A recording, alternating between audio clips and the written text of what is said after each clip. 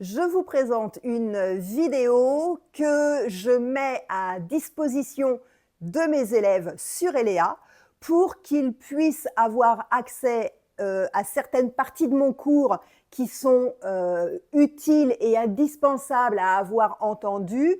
Donc, je les mets sur Eléa pour les élèves qui sont absents, par exemple, pour les élèves qui ont besoin de réécouter quelque chose parce qu'ils ne l'ont pas forcément bien compris et qu'ils ont besoin de revenir dessus, pour les parents qui veulent aider leurs enfants.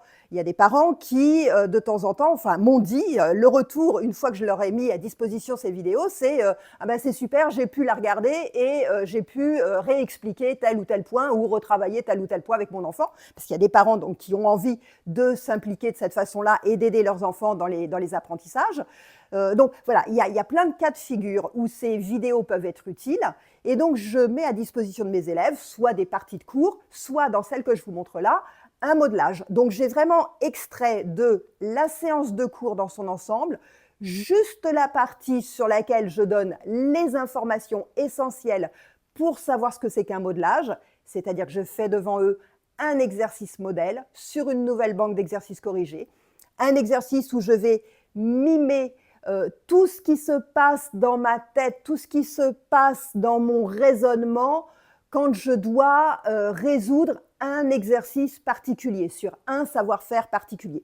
Dans la banque d'exemplaires, dans la banque d'exercices que je leur propose, il y a un savoir-faire qui est travaillé et tous les exercices qui sont proposés sont sur le même modèle. Il y a toujours la même question à la fin de l'énoncé et donc les élèves doivent suivre un certain nombre de critères de réussite qui sont détaillés dans ma banque d'exercices pour réussir à résoudre cet exercice. Donc, ce modelage, je le fais devant eux, je mime tout ce qui se passe dans ma pensée devant mes élèves. Pendant ce temps-là, les élèves en général sont simplement en train de l'écouter en classe. Je leur demande de ne pas faire l'exercice, juste d'écouter, de regarder, d'essayer de comprendre. Et ensuite, je les mets au travail, en entraînement, et je suis à leur disposition pour leur donner des aides et des conseils. Ces vidéos que je leur mets sur Eléa, je me suis rendu compte qu'ils les regardaient, alors parfois à la maison, mais parfois aussi en classe, pendant les temps d'autonomie. Je retrouve des élèves en train de m'emprunter les tablettes, soit pour faire des QCM, soit pour regarder de nouveau les vidéos que je leur ai mises à disposition. Et donc je me dis que même si ils préfèrent ça plutôt que de réellement refaire un exercice, après tout, c'est aussi une forme de travail.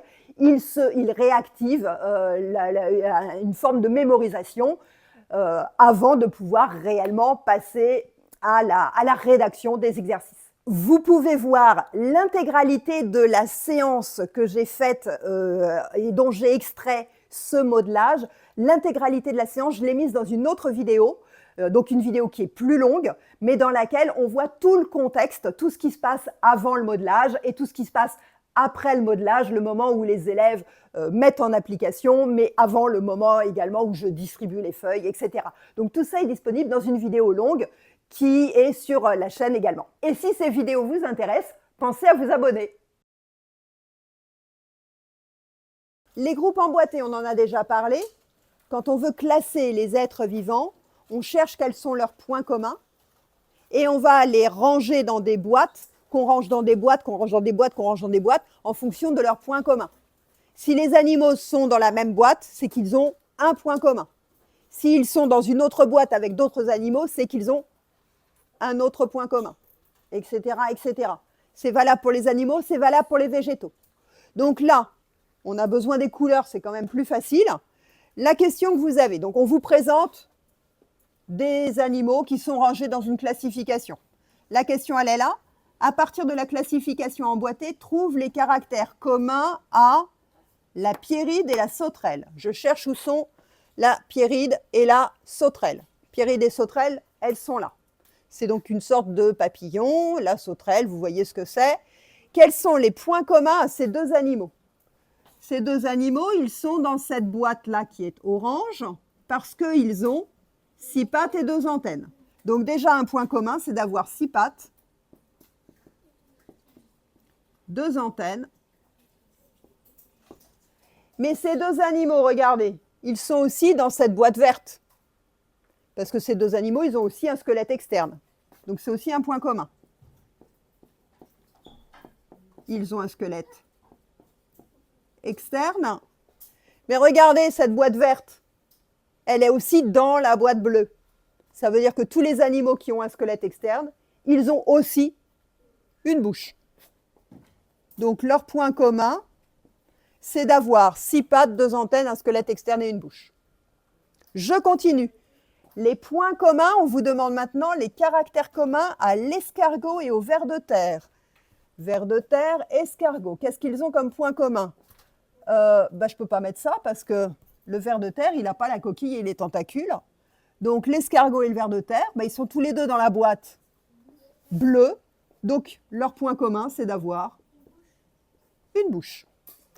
Maintenant, on passe au point commun entre l'éper et la sauterelle. L'éper, c'est cette araignée qui est là, et la sauterelle. Alors, l'éper, elle est dans une boîte qui s'appelle chélicère.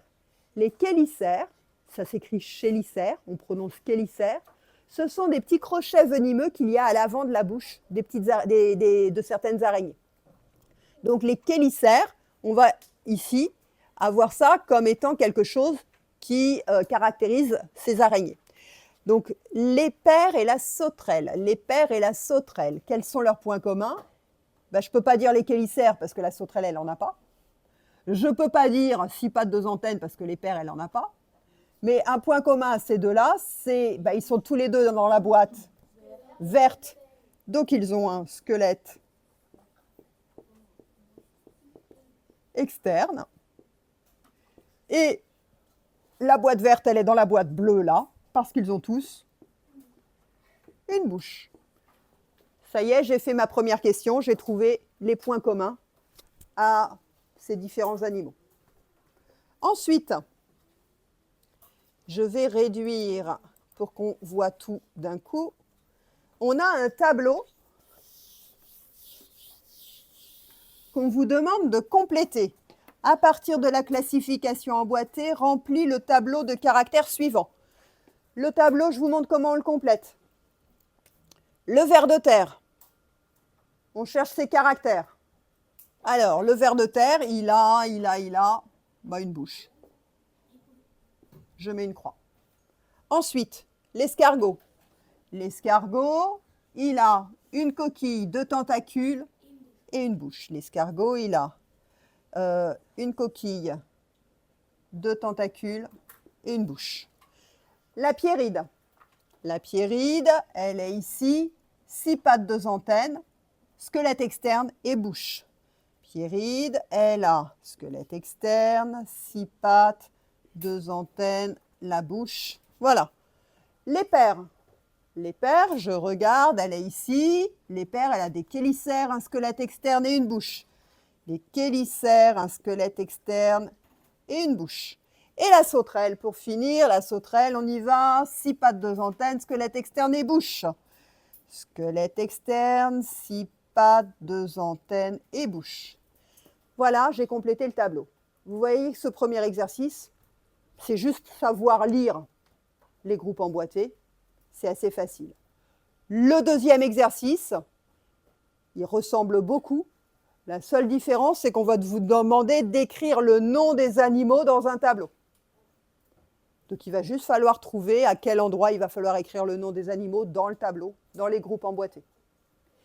Et dans les exercices qui viendront après, vous aurez simplement un tableau comme ça, et c'est vous qui devrez fabriquer les groupes emboîtés.